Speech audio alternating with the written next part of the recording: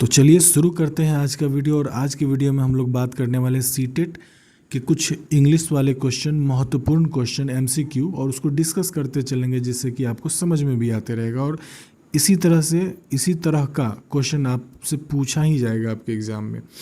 तो चलिए बने रहेंगे अंत तक। पहला क्वेश्चन है हमारा, identify tense of the given expression. Sentence क्या है? Whatever a man earned was divided up. यानी हमको क्या करना है? आइडेंटिफाई करना है। क्या चीज़ आइडेंटिफाई करना है? टेंस आइडेंटिफाई करना है। और सेंटेंस है हमारा, what ever a man earned was divided up. तो ये हमारा जो है सो अर्न्ड जो है सो यहाँ वर्ब जो यूज किया गया है ये पास्ट टेंस में है, वर्ब का सेकंड फॉर्म में है। उसके बाद वॉज है, ये भी पास्ट टेंस में है। डिवाइडेड, ये भी पास्ट टेंस में है। तो आपका पहला ऑप्शन जो है सो पास्ट परफेक्ट है। तो कभी भी ध्यान रखिएगा कि पास्ट परफेक्ट में ना हैड का यूज़ होता है। उसके बाद है प्रेजेंट टेंस है, तो उसकी तो दूर दूर तक कोई संभावना ही नहीं दिख रही है। उसके बाद है प्रेजेंट परफेक्ट। तो प्रेजेंट परफेक्ट में जान लीजिए कि हैव नहीं तो हैज़ का यूज किया रहता है। तो यहाँ इस सेंटेंस में तो कहीं हैव हैज़ का यूज नहीं किया गया है। तो हमारा लास्ट ऑप्शन जो बचता है 4 नंबर, पास्ट टेंस। तो यही इसका राइट आंसर हो जाएगा। बढ़ते हैं अगले क्वेश्चन की तरफ। अगला क्वेश्चन एजर्सन और रीजन से है। एजर्सन क्या दिया है? Reading is more than just pronouncing a word right.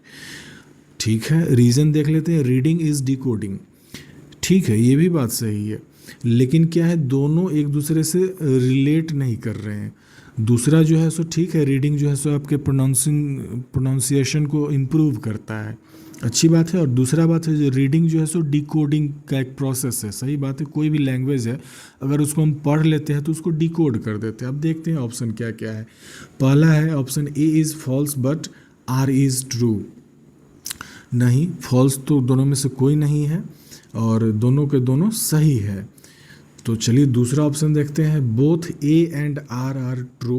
ठीक है, तो बात सच बोल रहा है। R is the correct explanation of A. नहीं, ये बात नहीं है। दोनों, ये ए का एक्सप्लेनेशन आर नहीं है। तीसरे पर आते हैं, both A and R R true but R is not the correct explanation of A. ये आपका सही होगा। दोनों सही है, एजर्सन भी सही है, रीज़न भी सही है, लेकिन अगर कोई कहे कि ए का एक्सप्लेनेशन करेक्ट एक्सप्लेनेशन आर है तो वो नहीं है। उसके बाद चौथा ऑप्शन है, A is true but R is false. ये तो होगा ही नहीं। तो चलिए बढ़ते हैं अगले क्वेश्चन की तरफ। और हाँ, आपको कोई अगर डाउट आता है किसी भी क्वेश्चन में तो उसको कमेंट बॉक्स में ज़रूर शेयर कीजिए, मैं उसका उत्तर ज़रूर दूंगा। अगला क्वेश्चन है, retelling a story read by a student in his her own words helping in assessing. Assessing का मतलब पहले जान लीजिए कि होता है आकलन करना। तो ठीक है, देखते हैं। मतलब रीडिंग ए स्टोरी यानी एक कहानी जो पढ़ना होता है वो किस चीज़ का आकलन होता है?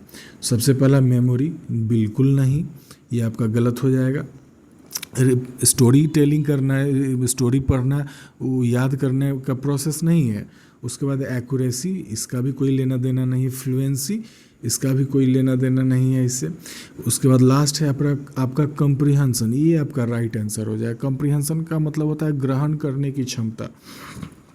और रीटेलिंग मतलब आप दोबारा जब कोई भी कहानी पढ़ते हैं तो आपने कितना ग्रहण किया, आप में कितना इम्प्रूवमेंट आया, उसको ये दर्शाता है। तो राइट आंसर हो जाएगा आपका 4। बढ़ते हैं अगले क्वेश्चन की तरफ। Which among these is the primary responsibility of a language teacher. यानी अगर कोई भाषा के शिक्षक हैं तो उनका सबसे पहला जिम्मेवारी क्या है? देखते हैं ऑप्शंस क्या क्या है। तो ऑप्शन में है आपका इंस्ट्रक्टिंग द लर्नर्स, यानी जो बच्चे होते हैं उनको इंस्ट्रक्ट करना, निर्देश देते रहना। नहीं, ये गलत है, निगेटिव है। उसके बाद आइडेंटिफाइंग लर्नर्स कम्युनिकेटिव नीड्स। जी, ये आपका अप्रोप्रिएट आंसर है। मतलब एक बच्चे को किस चीज़ की ज़रूरत है, वो कहाँ अटक रहा है, कहाँ फंस रहा है, किस शब्द में उसको दिक्कत है, कौन से सेंटेंस में यानी वाक्य में उसको दिक्कत हो रहा है, उस ज़रूरत को समझने की ज़रूरत होती है एक भाषा के शिक्षक को। उसके बाद अगला ऑप्शन भी देख लेते हैं, selecting the content for teaching, नहीं ये भी नहीं होता होगा, ये भी निगेटिव है। उसके बाद है grouping learners into different classes. अब बच्चों के बीच में ये क्या होगा, मतभेद हो जाएगा, मतलब भेदभाव वाली बात हो जाएगी कि ये इसका लेवल अच्छा है तो इसको एक साथ बैठा दो, इसका लेवल मीडियम है तो इसको अलग बैठा दो, इसका लेवल जो है सो काफ़ी डाउन है तो इसको अलग बैठा दो। नहीं, ये भी गलत प्रोसेस हो जाएगा। तो आपका राइट आंसर हो जाएगा सेकंड नंबर। चलिए बढ़ते हैं अब अगले क्वेश्चन की तरफ। अगला क्वेश्चन है हमारा, the minimal pair drill can be an effective strategy to improve.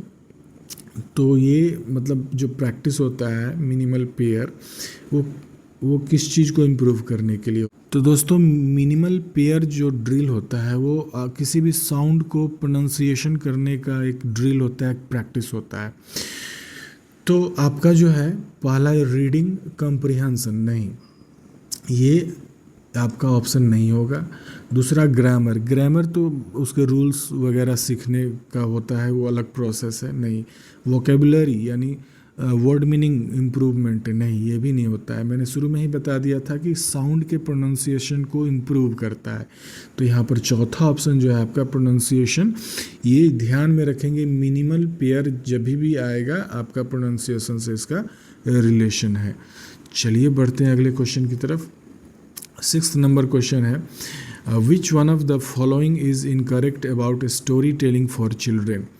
अब ये इसमें परीक्षा में अधिकांश लोग गलती क्या कर देते हैं, क्वेश्चन ठीक से पढ़ते नहीं है। यहाँ पर ध्यान रखेंगे इनकरेक्ट, कौन सही नहीं है उसमें टिक करना है आपको, तो इस बात का ध्यान रखेंगे।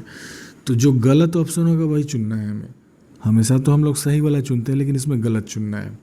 Learn new moral values to be followed in life, सही बात है। स्टोरी टेलिंग से हमें कोई ना कोई, हर एक स्टोरी कोई ना कोई हमें मोरल वैल्यू देता ही है, कोई ना कोई शिक्षा हमें मिलता ही है। तो ये आपका सही है, मतलब ये सही है, लेकिन क्वेश्चन के हिसाब से ये सही नहीं है। उसके बाद है learn new words and expand their vocabulary, ये भी बात सही कह रहा है लेकिन हमको चुनना गलत है। यानी क्या, हम हर एक नई कहानी एक नया शब्द हमें सिखाती है। हमारा जो है सो वर्ड स्टॉक जो है सो क्या होता है, इम्प्रूव करता है, बढ़ता है। तीसरा है लर्न सेंटेंस स्ट्रक्चर, नहीं ये सेंटेंस स्ट्रक्चर हम तो ग्रामर में सीखते हैं, स्टोरी टेलिंग में हमें सेंटेंस स्ट्रक्चर का कोई इम्प्रूवमेंट नहीं होता है। तो ये क्वेश्चन का आंसर ये हो जाएगा आपका। और चौथा भी देख लेते हैं, डेवलप प्रॉब्लम सॉल्विंग स्किल्स, ये सही है लेकिन क्वेश्चन के हिसाब से आपका 3rd नंबर आंसर सही होगा। बढ़ते हैं अगले क्वेश्चन की तरफ। Which of the following is an incorrect assumption in language teaching. यहाँ भी देखिए इनकरेक्ट पूछ रहा है, इस चीज़ को एकदम ध्यान में रखेंगे एग्ज़ाम में भी कि हमें इनकरेक्ट पूछ रहा है तो इनकरेक्ट वाला ही चुन करके देना है। तो पहला ऑप्शन है हमारा, language teaching should give importance to writing rather than to speech. देखिए मॉडर्न लैंग्वेज टीचिंग अप्रोच जो है वो 4 चीज़ों पर ज़्यादा फोकस करता है। लिसनिंग, दूसरा है हमारा स्पीकिंग, तीसरा है हमारा राइटिंग और चौथा है हमारा रीडिंग। ये चारों चीज़ों पर फोकस करता है। तो देखते हैं पहला जो हमारा ऑप्शन है वो कह रहा है कि language teaching should give importance to writing rather than to speech, यानी राइटिंग पे ज़्यादा फोकस करना है रेदर देन टू स्पीच, मतलब स्पीच से ज़्यादा तो नहीं। यही आपका जो इनकरेक्ट खोज रहा था यही आपका इनकरेक्ट है। अगले ऑप्शन को भी देख लेते हैं, learners acquire language by trying to use in real situation, ये तो प्रैक्टिकल चीज़ है, ये तो सही बात है। Learners first language plays an important role in learning, सही बात है। जो बच्चा शुरू में जो हिंदी, जो भाषी क्षेत्र का है, जो हिंदी सीखता है उसी से रिलेटेड उसका जो है सो सब्जेक्ट करिकुलम जो भी है कंपोज किया जाता है, तो उसको मदद मिलती है आगे पढ़ाई करने में भी। आगे चल करके वो दूसरा लैंग्वेज भी सीख सकता है, लेकिन शुरुआती में जो उसका जो मतलब चाइल्डहुड टोन होता है, जो लैंग्वेज होता है, वही उसकी मदद करता है। और हमारा जो 4th ऑप्शन है, language teaching should have have a focus in communicative activities. बिल्कुल प्रैक्टिकल सी बात है। ये हमारा लैंग्वेज अगर इम्प्रूव करना है तो आजकल देखते हैं ना, स्पोकन क्लास लोग करते हैं, इंग्लिश स्पोकन क्लास। उससे क्या होता है, वो एक्टिविटीज़ है, उससे आपका इंग्लिश इम्प्रूव होता है। तो आपका जो है इस क्वेश्चन नंबर 7 का आंसर हो जाएगा फर्स्ट। बढ़ते हैं अगले क्वेश्चन की तरफ। अगला क्वेश्चन है हमारा, a teacher in a language task makes a mixed ability group of students, this mixed ability group is made to. अब क्लास में क्या होता है, शिक्षक जो होते हैं बच्चों को आपस में, मतलब हर तरह के, हर एबिलिटी के बच्चे को एक साथ बैठा करके पढ़ाने का काम करते हैं। तो देखते हैं, मतलब ये पूछ रहा है कि किस प्रकार मतलब बच्चों में इम्प्रूवमेंट ये करता है, क्वेश्चन ये पूछ रहा है। तो पहला हमारा ऑप्शन है, share teachers load as the teacher can not give attention to all. तो मतलब ये कहने का मतलब हुआ कि टीचर का लोड कम जाएगा, टीचर पे लोड कम जाएगा और बच्चे जो हैं सो आपस में ही सब मैनेज कर लेंगे, क्योंकि एक शिक्षक जो है सो सभी बच्चों पर बरोबर अटेंशन नहीं दे सकता। ऐसा कुछ नहीं है, ये गलत है आपका। उसके बाद आइडेंटिफाई वीकर स्टूडेंट्स, ये भी गलत है। हर बच्चे को, हर लेवल के बच्चे को एक साथ बैठाने से वीकर स्टूडेंट की पहचान नहीं होती है। अगला है, give space to dominate students to express freely. अब ये डोमिनेशन की बात तो होना ही नहीं चाहिए पढ़ाई लिखाई वाले क्षेत्र में, खास करके क्लासरूम में, कि कोई किसी पे डोमिनेट करे, नहीं, ये भी गलत है।